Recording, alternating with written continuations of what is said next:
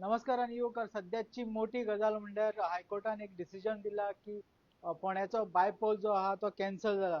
आताच हायकोर्टाचो वर्डिक्ट येयला की there is not enough time for the new MLA to come in and give his duties towards the society whatever in his constituency.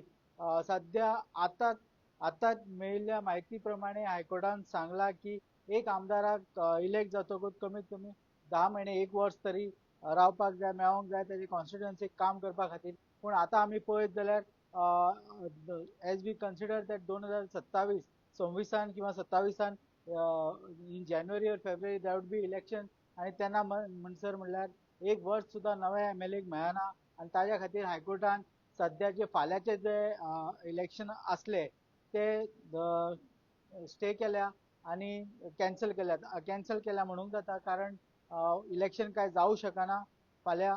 आणि जी campaigning आतां पर्यंत जाल्ली 1 म्हयनो पर्यंत ती सगळी काबार आणि फाल्यांचे इलेक्शन जावचें ना. देर वर 3 parties fighting for the MLA's post from Fonda, which was vacant after the demise of former chief minister Babu Ravi Naik. आणि ताज्या नंतर कॅम्पेनिंग खूप जाली. There was a tripartite fight between Congress BJP and the Aam Aadmi party. पूण आतांचे जर आयकत आता जी हायकोर्टाची डिसिजन जो येयला ती तातूंत म्हटला की फाल्यां इलेक्शन जावचें ना. So this is the latest update for you all that there would be no polls in Ponda tomorrow.